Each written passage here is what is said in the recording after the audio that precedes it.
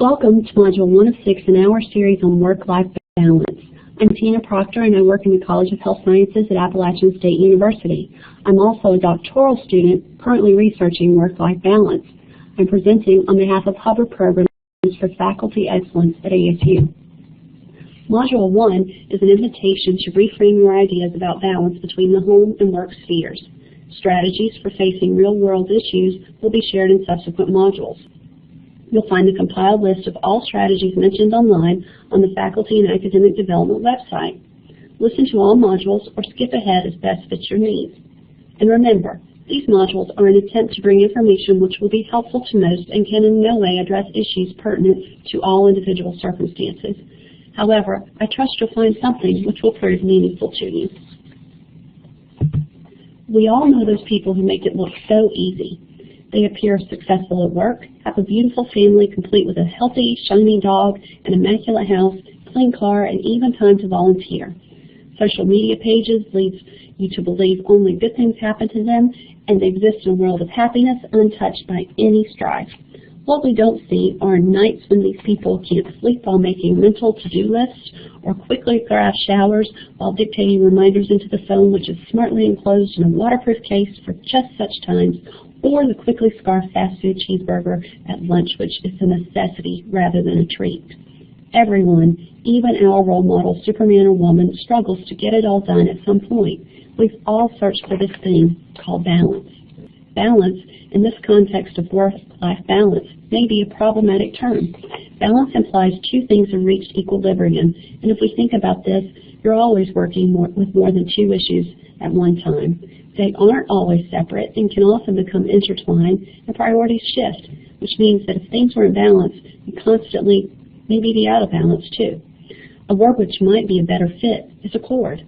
It's defined as a proper relationship or proportion. Let's work not to find balance, but instead to find work-life accord. Still not convinced? Well, did you know that Dr. Paula Caproni proposes that the quest for efficiency and balance might be A, unattainable, and B, have negative consequences? We're encouraged to take a strategic, goal-oriented approach to life, and we certainly don't encourage completely abandoning that. But a healthy acknowledgement that you may not have control over every aspect of your life helps you realize that perfect balance is unattainable.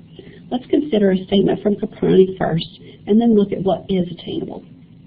Caproni reminds us that life is dynamic rather than static, so our best-laid plans are often out of date long before they are implemented. Joys and sorrows we never predicted enter our lives without warning, and the blessings we have today may be gone tomorrow. Such turns of events do not lend themselves to planning.